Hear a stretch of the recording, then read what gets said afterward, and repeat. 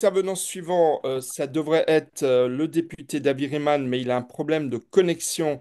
Il est actuellement en Guyane, qui est sa circonscription, son territoire d'où il est originaire et dont il est député. Je suis Donc, là. si vous... Ah, vous êtes arrivé. Parfait. Monsieur Riemann? Oui, monsieur Top, c'est bon, bonjour, je suis là. Ah, c'est toujours dans l'actu à dernière minute que les choses se font et se font bien. Merci à vous d'être présent. Donc comme je le disais, vous êtes en Guyane aujourd'hui. Merci de vous être libéré.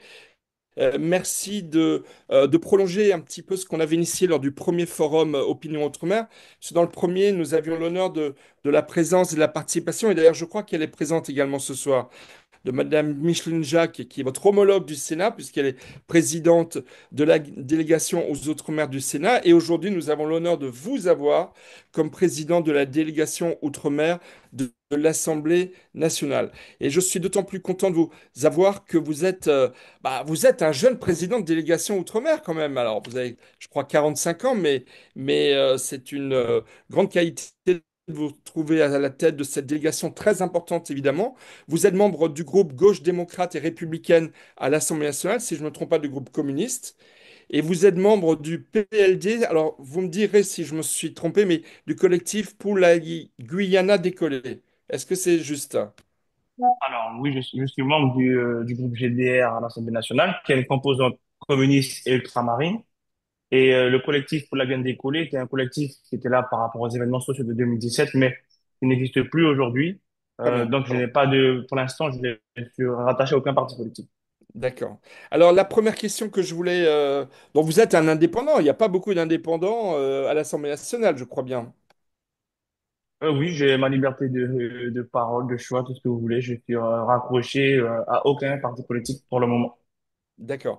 Alors la première question que je voudrais vous poser, elle concerne les débats sur la vie chère qui ont pris une importance certaine dans les débats ultramarins. Et il y a une chose que j'aimerais comprendre. Il y a une proposition de loi à l'Assemblée nationale qui est portée par la socialiste Madame Bellet, qui est soutenue plutôt par beaucoup d'élus de gauche, quelques également élus Rassemblement national, je dois le dire au passage. Et puis vous avez une PPL, une proposition de loi qui, elle, est portée au Sénat par le sénateur Lurel, que tout le monde connaît, qu'il était également par Philippe Bas, qui est devenu, comme on le sait depuis une semaine, membre du Conseil constitutionnel. Alors, ça fait pas un peu désordre, toutes ces propositions de loi qui vont dans tous les sens, et j'ai envie de vous dire comment vous prenez, comment vous abordez la question de la vie chère dans les Outre-mer vous-même, Monsieur le Président de la délégation Outre-mer de l'Assemblée nationale. Alors, si les propositions de loi sont complémentaires par rapport à ce qu'il peut y avoir dedans, parce que il peut y avoir plusieurs propositions de loi pour le coup sur un même sujet qui n'ont pas forcément les mêmes articles avec les mêmes finalités. Et donc, si ces propositions de loi successives sont complémentaires, ça ne me pose aucun souci, ça va dans le bon sens. Ensuite, si par contre, effectivement, ces propositions de loi disent la même chose sur le fond, sur la forme, oui, ça peut faire un peu désordre et ce ne serait pas pour moi une cohérence dans le travail que nous avons à faire. Dans le débat actuel qu'il y a autour de la vie chère, pour moi, par l'analyse que j'en fais, bon, les propositions là qui viennent, je veux dire, ce sont des pierres à mettre sur l'édifice en question. Mais sauf que, je rappelle que la loi sur l'égalité réelle, la loi dite EROM, qui a été votée et mise en œuvre en 2012, euh, aujourd'hui, est-ce qu'on a fait le bilan de ses effets, de tout ce que ça peut amener comme positivité pour nos territoires? Bon, la réponse est non, parce que moi, je pars du principe, avoir une loi qui a un tel nom déjà, met en évidence les disparités qu'il y a au sein même de la même République. Derrière, aujourd'hui, sur la question de la vie chère, pour effectivement avoir un travail efficient sur le sujet, il faut revoir les modèles économiques de nos territoires. Parce que, après avoir travaillé avec différents universitaires économistes, le problème qui est posé, c'est qu'on a des systèmes, on a des systèmes économiques de nos territoires qui ont été dupliqués depuis lors. Et donc, ce sont les mêmes finalités qui se mettent en œuvre. Donc, aujourd'hui, au-delà des propositions de loi qui pourraient être mises en œuvre à différents moments dans la vie parlementaire de la nation, c'est vraiment aujourd'hui, c'est quel système économique, quel modèle économique conviendra à nos territoires. Ensuite, quand je dis nos territoires, c'est territoire par territoire, voir ce qui conviendrait par rapport à ces réalités. Mm. Est-ce que vous êtes d'accord avec ce que je vais vous dire? En échangeant avec beaucoup de politiques, de chefs d'entreprise, d'acteurs de ces débats sur la vie chère, je suis assez effaré, pour tout vous dire, par le fossé qu'il y a entre la perception de cet enjeu sur la vie chère par des politiques, et quelque part de tous bords d'ailleurs, et les chefs d'entreprise, les acteurs économiques qui créent de la richesse, qui créent de l'emploi, qui créent du lien social. Est-ce que vous êtes d'accord avec ce fossé d'appréhension entre les politiques d'un côté et les acteurs économiques de l'autre? Oui, alors, sans assez d'accord pour plusieurs raisons. La première, historiquement, quand on regarde l'évolution de nos sociétés, elles ont toujours été impactées en majeure partie, ces évolutions-là, par rapport à l'évolution de l'économie en elle-même. C'est bien le monde économique qui a toujours impulsé, qui a toujours très, très, comment dire ça, a très influencé les évolutions de nos sociétés. Maintenant, de savoir, aujourd'hui, en tant que le monde politique, il a toujours mis en exergue la demande de certains.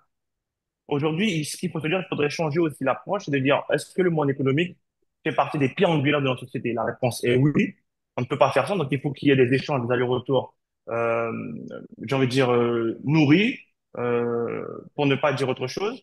Mais parallèlement aussi, il faut que dans ces jeux d'allers-retours, dans les discussions, les exemples des politiques publiques, il faut qu'il y ait un intérêt commun. Il faut que ce soit gagnant-gagnant. Autant pour l'entreprise qui se mettent en place parce qu'effectivement, ce ne sont pas des philanthropes, mais autant aussi pour les personnes qui vont travailler dans toutes ces sphères-là.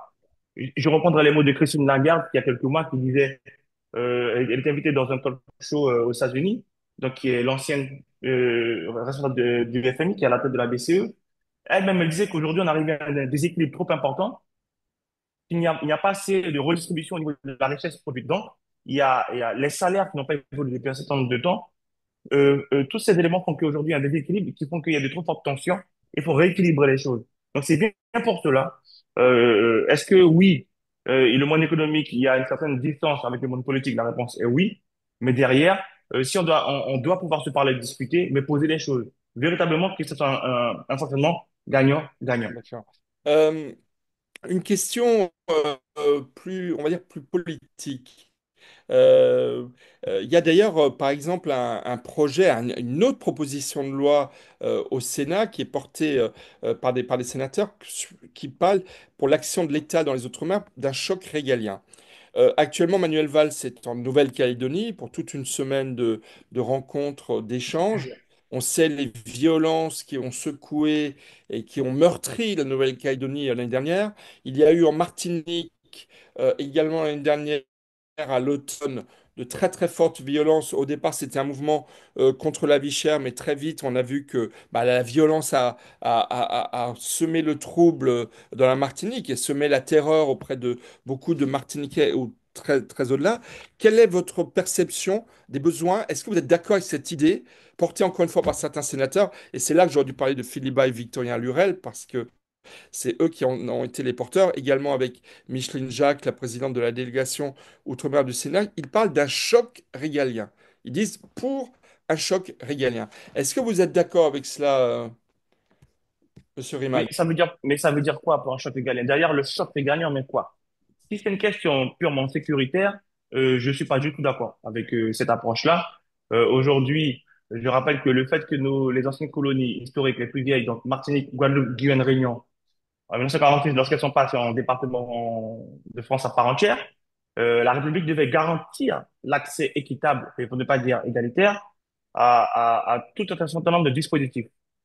Sauf qu'aujourd'hui, plus de 70 ans après, on voit que cette égalité régalienne, non, ça n'a été que le nom. Aujourd'hui, ce n'est pas le cas.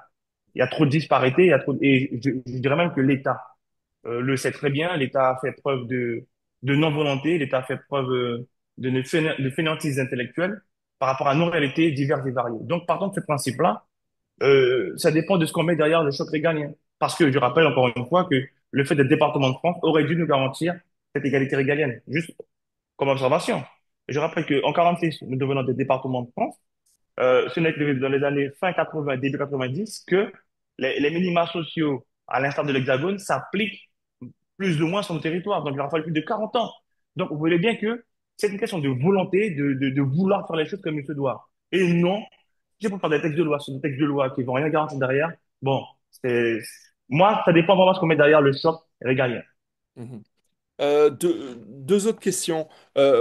Grosso modo, il y a ceux qui disent que sur les Outre-mer, il faut des adaptations institutionnelles très régulièrement. Certains parlent d'autonomie, de rupture, d'indépendance, et d'autres diront il faut mieux travailler justement sur l'égalité sociale, sur le développement économique, culturel, social des Outre-mer. Vous, vous êtes plutôt solution institutionnelle ou solution économique, sociale et culturelle? On vient de sortir un rapport sur, dans nos territoires sur l'évolution institutionnelle. On voit bien que selon les territoires, les positions sont diverses et variées. Et si vous regardez bien l'histoire de chaque territoire, ces positions diverses et variées sont en lien avec l'histoire intrinsèque de ces territoires-là avec la République.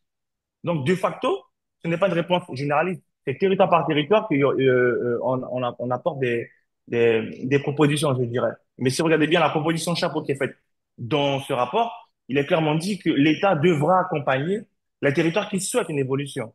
Le paradoxe dans tout ça, c'est que même les territoires qui veulent rester dans l'article 73, hein, c'est ce qui est défini aujourd'hui pour les départements français d'outre-mer, il y a une volonté d'évolution sur avoir des compétences particulières comme par exemple la Réunion qui veut des compétences en matière euh,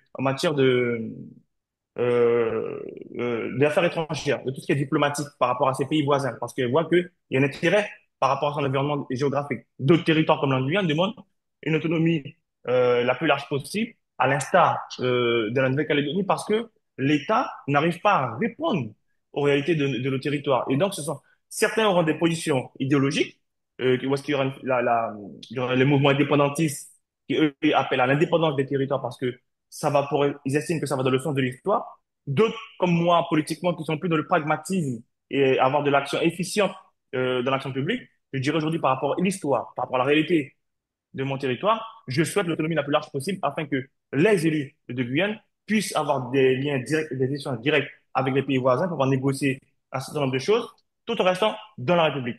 Donc, vous voyez, ça va dépendre de l'histoire, ça va dépendre du territoire, ça va dépendre de sa réalité économique, sociale, géographique. Il y a plein de paramètres à prendre en ligne de compte pour prendre des décisions, j'ai envie de dire, les plus idoines possibles. Une question dont on parle aussi beaucoup depuis quelques mois, qu'est-ce que vous pensez de ces députés qui participent à des débats sur la décolonisation des Outre-mer? Alors ça c'est une chose, mais qui même se sont rendus à Bakou, en Azerbaïdjan, et qui voilà, flirtent un petit peu avec une puissance qui clairement dénonce la France comme étant une puissance coloniale et qui promeut clairement un détachement des Outre-mer de la République française. Qu'est-ce que vous pensez de vos collègues qui se prêtent à ce genre de comportement? Alors, on l'a vu en Nouvelle-Calédonie, on l'a vu également dans les Antilles. Qu'est-ce que vous en pensez, monsieur le député? Alors, moi, bon, par principe, je ne fais pas de jugement de valeur. Mais la première chose que je pourrais dire, c'est que ces élus-là, ces députés-là, ils sont cohérents avec leur mouvement politique. Ce sont des députés qui sont dans des mouvements politiques indépendantistes et ils sont en cohérence avec leur ligne politique au départ. Ensuite, la question qui est entre l'Azerbaïdjan et la France sur la question des ingérences étrangères et toutes ces choses-là. La France a des difficultés diplomatiques avec l'Azerbaïdjan et on sait que c'est euh, par rapport à l'Arménie. La France a pris une position. Bon, derrière, est-ce que c'est bien ou pas bien? Si on doit pousser le curseur, je dirais que ben, si on fait le parallèle, la France aujourd'hui a des accords économiques, des échanges économiques avec des pays où ce sont des dictatures. Je prendrai juste un exemple. Je prendrai l'Arabie Saoudite. On connaît Oui, le fonctionnement. oui, mais l'Arabie Saoudite ne prône pas la décolonisation des Outre-mer, Oui, c'est-à-dire... mais j'y arrive. J'y arrive. Comme je vous l'ai dit, la différence qu'il y a, c'est que l'Azerbaïdjan, diplomatiquement, est en tension avec la France. Donc, il y a un jeu qui est en train de se faire de la part de l'Azerbaïdjan pour essayer de bien troubler l'écart. Mais si on est honnête intellectuellement, on pourra dire que l'Azerbaïdjan vient souffler que sur des braises existantes déjà.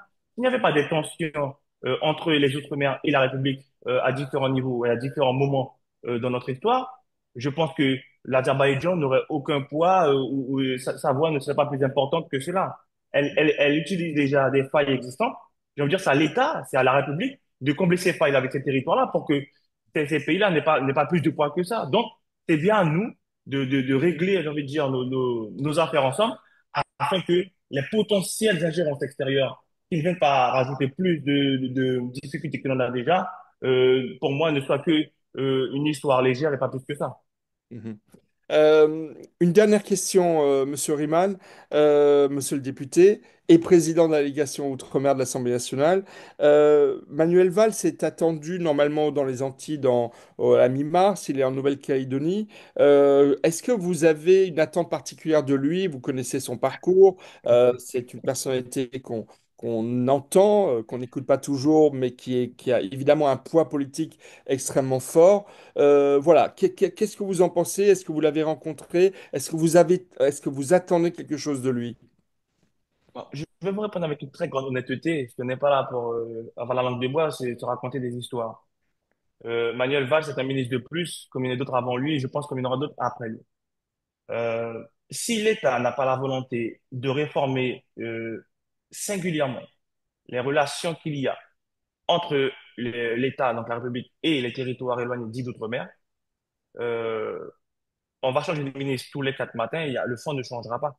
Donc, je n'ai pas d'attente particulière du ministre Valls, si ce n'est qu'il puisse avoir une écoute particulière et que des décisions courageuses soient prises.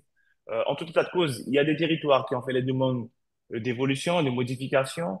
On voit que géopolitiquement, la France est en difficulté. On voit que diplomatiquement, la France a eu un très fort recul au niveau de la planète parce que des choix politiques ont été faits par cette présidence-là qui font que ça a mis la France en difficulté diplomatiquement. Et donc, on voit que la France est chahutée un peu de partout. Donc, les territoires dits d'outre-mer qui permettent à la France d'avoir ce rayonnement mondial sont un atout pour la France aujourd'hui. Mais à savoir maintenant, est-ce que cet atout-là, qui est prôné inlassablement par beaucoup à longueur de temps, a un retour, j'ai envie de dire, direct, positif pour ces mêmes territoires-là? La réponse aujourd'hui, bon, nous la connaissons. C'est à savoir si nous avons la capacité, si nous avons la volonté, si nous avons l'intelligence collective de revoir cette relation-là historiquement et permettre à ces territoires de sortir de leur situation que l'on connaît, qu'on arrête de dire que le territoire d'outre-mer coûte cher, voilà, que ce sont des gens qui aiment bien être biberonnés, des feignants et autres. Ici, il y a des hommes et des femmes qui ont envie effectivement de produire, de créer, de participer au développement, sauf maintenant, est-ce qu'on leur donne les moyens? Donc voilà tout le fond pour moi des choses qu'il faut avoir comme échange, comme discussion avec le gouvernement actuel et même demain, si demain ils devaient en changer, parce que l'année 2025 doit être vraiment définitivement une année de changement profond et durable pour les Outre-mer et la République. Je tiens à dire en substance que Mayotte, qui aujourd'hui traverse un très gros problème suite au passage d'eau, euh, est en grande difficulté parce qu'effectivement, les réponses escomptées n'arrivent pas tout de suite ou ne sont pas prises avec les acteurs du territoire. Donc, vous voyez bien que le relationnel que nous souhaiterions avoir avec l'État n'est pas pour l'instant au goût du jour. J'espère qu'il arrivera plus tôt que tard, en tout cas pour ma part. Voilà. Alors, merci, Monsieur Riemann. Je ne sais pas si vous pouvez rester encore 5 minutes avec nous, parce que je sais que vous avez des Oui, contraintes cinq derrière. minutes, c'est bon. Voilà. Alors, si vous me permettez, j'aimerais proposer au prochain intervenant Cyril Comte, qui est le président du groupe du groupe Citadel, qui est un des acteurs clés de l'automobile dans les Outre-mer. Si vous me le permettez, est-ce que je peux lui proposer de réagir? Je le dis à Ah, bien sûr, pas de parce, souci. parce que l'idée, c'était de créer des passerelles. C'est une des vocations d'Opinion Internationale, c'est de rapprocher les différents acteurs. Je ne sais pas si Cyril Comte est avec nous. Oui, oui, je suis là. Merci, Bonjour, Monsieur Comte. bonjour Monsieur Taube, bonjour Alors, Monsieur le député. je vous présenterai plus en détail après, mais Bonjour. on va profiter de la présence de David Riemann qui doit partir dans 5 minutes. Alors, tous les deux, le politique, le chef d'entreprise, qu'est-ce que vous auriez à vous dire tous les deux? Peut-être Cyril Comte pour réagir dans un premier temps. Euh, D'abord, merci Monsieur Riemann d'avoir partagé ces réflexions. Euh, c'est vrai que les Outre-mer, c'est à la fois un socle commun et des singularités. Et si on parle que des Drom, c'est déjà 5 singularités, mais c'est aussi un socle commun. C'est un socle commun dans lesquels, en tout cas de mon expérience, alors je dirige un groupe dans le secteur automobile qui est présent sur les 5 DROM, en Martinique, Guadeloupe, Guyane, Réunion et Mayotte. C'est vrai que de façon générale, le monde économique et le monde politique, on ne se parle pas beaucoup. Et donc, on communique pas beaucoup les uns avec les autres. Et je le dis en tant que chef d'entreprise et en tant qu'ancien président du MEDEF, alors Martinique en l'occurrence, c'est même en tant que président du MEDEF, les relations avec les politiques locaux sont très modestes. On a peu de questions et donc on est en réalité très peu sollicité. Je ne sais pas ce qu'en pense d'ailleurs Monsieur Riemann. Alors, merci, merci pour votre intervention. Donc, oui, moi je l'ai dit, parce que M. Taub a posé une question dans ce sens-là.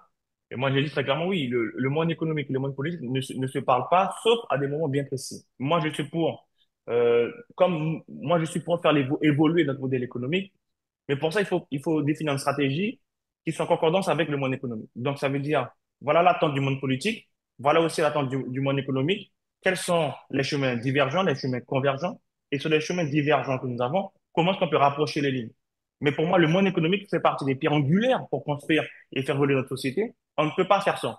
Donc, moi, je suis des élus qui souhaitent qu'il y ait des passerelles et des échanges bien plus nourris et plus réguliers entre le monde politique et le monde économique à condition qu'in fine, que ce soit un modèle qui soit défini, qui soit gagnant-gagnant. Je sais bien, comme j'ai dit à M. Top tout à l'heure, le monde économique, la plupart des chefs d'entreprise ne sont pas des philanthropes et on sait comment ça fonctionne. Donc aujourd'hui, c'est comment allier la pertinence d'une entreprise à se maintenant à se développer en créant de la richesse et à côté aussi, avant à ce que des salariés soient mieux rémunérés et puissent mieux vivre par rapport à nos réalités diverses et variées. Donc, vous voyez, c'est cette volonté de chercher l'équilibre entre tout ça qui doit nous permettre en tout cas de trouver les solutions de façon collégiale et commune.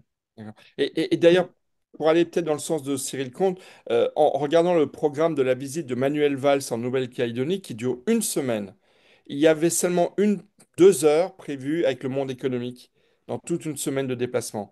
Et c'est vrai que c'est un peu court, j'ai envie de dire, quand on considère que les acteurs économiques sont quand même, bah et voilà, ils créent de la richesse.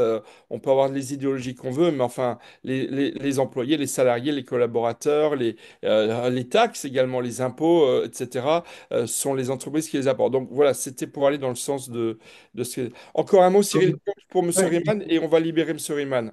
oui, mais c'est intéressant. Alors, je me permets de répondre à Monsieur Riemann et de continuer le dialogue parce que ce que dit Monsieur Riemann est très intéressant et je salue son pragmatisme. Mais en même temps, j'entends à nouveau changer de modèle économique. Et changer de modèle économique, c'est un discours que, effectivement, ça fait à peu près 25 ans que j'entends. Et je n'ai jamais compris changer de modèle économique pour quel autre modèle économique. Alors, je vais terminer mon propos. D'ailleurs, je réponds aussi à monsieur Riemann. C'est clair que nos territoires, qui sont beaucoup plus, voilà, souvent beaucoup plus petits qu'on ne le fait croire, avec des entreprises finalement beaucoup plus petites qu'on ne le pense, avec un contexte, certes, où on met l'accent sur la vie chère, et c'est très bien, et c'est très pertinent de le mettre, mais on met peu l'accent sur le pouvoir d'achat. La vie chère, c'est une façon de voir les choses fermées. Le pouvoir d'achat, ce serait une façon de la voir ouverte, en croissance. Je rappelle d'ailleurs, moi ça m'avait frappé, en 2019, on a un enjeu, et il s'est passé quelque chose d'important à mes yeux, mais qui est passé totalement inaperçu. Au moment où, enfin après moi, m'être battu pendant des années en tant que président de la Journée Outre-mer Développement pour faire revenir les talents ultramarins, donc les talents d'encadrement, parce qu'on ne peut pas développer un pays sans talent d'encadrement, on a rayé d'un trait, enfin on a durci très lourdement l'abattement sur l'impôt sur le revenu qui existait pour ceux qui payent l'impôt sur le revenu, c'est-à-dire principalement les cadres, et pour financer le fonds exceptionnel d'investissement réalisé en conjointement entre le ministère des Outre-mer et les collectivités locales. personne n'a protesté, ni dans le patronat. Alors moi, ça faisait longtemps que j'étais plus président du MEDEF, ni au plan politique, ni personne en fait. Mais c'était plusieurs milliers d'euros de pouvoir d'achat qui ont disparu.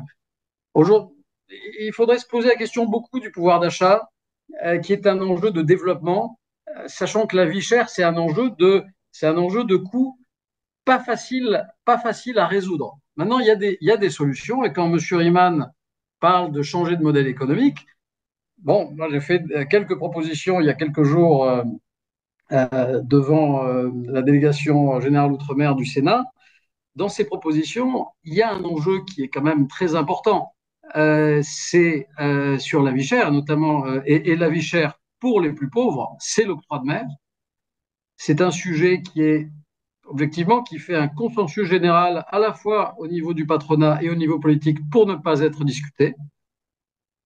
Pourtant, je veux dire, ne serait-ce que le rapport de la Cour des comptes régionale de l'an dernier montre à nouveau, et de multiples rapports montrent qu'il est temps de se poser la question parce que là, il y a des enjeux de pouvoir d'achat importants sur les produits de première nécessité.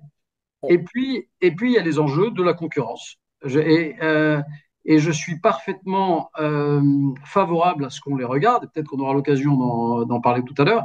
Il y a d'autres enjeux, mais là, typiquement, ce sont des enjeux clairs et simples On va dont laisser Monsieur Riemann. les deux projets de loi en cours à l'Assemblée nationale et au Sénat ne s'occupent pas. On va laisser Monsieur Riemann conclure si vous voulez bien, et Cyril Comte, et après on va continuer la discussion, si vous me Oui, permettez. non, pas de souci. Alors, j'entends bien, Monsieur Comte.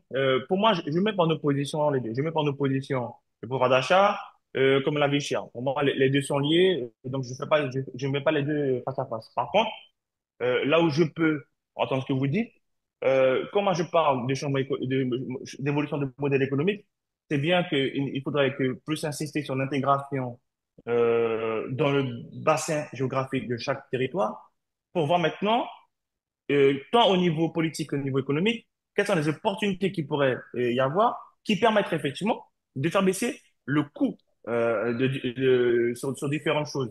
Donc, moi, je n'ai pas la science infuse, mais je prends la capacité des uns et des autres à trouver, au travers de débats contradictoires, à trouver, je l'espère, les solutions idoines et pérennes qui permettraient, un, à la fois d'avoir cette baisse du coût de la vie par rapport à la vie chère, et deux, comme je l'ai dit aussi dans mon propos, permettre effectivement une amélioration du pouvoir d'achat au travers aussi des salaires versés aux uns aux autres sur nos territoires respectifs. Donc, pour moi, il n'y a pas d'opposition de principe, mais à travailler de concert sur ces deux choses-là qui sont sur la table pour permettre effectivement, tant au niveau économique, tant aussi après aux uns aux autres, de vivre décemment dans nos territoires respectifs. Alors merci David Riemann d'avoir participé à notre forum. Il aura lieu tous les 15 jours. On se reverra certainement très, très régulièrement et que ce soit vous-même, Micheline Jacques au Sénat. Voilà, vous êtes des piliers de la politique ultramarine. J'espère d'ailleurs que le ministre des Outre-mer et l'exécutif n'oublient pas d'associer les deux chambres à leurs projets, leurs discussions, parce que je pense que c'est malheureusement pas toujours le cas. En tous les cas, C'est merci ça. pour votre accessibilité et votre disponibilité. Vous pouvez évidemment rester avec nous, mais on va continuer avec Cyril Comte.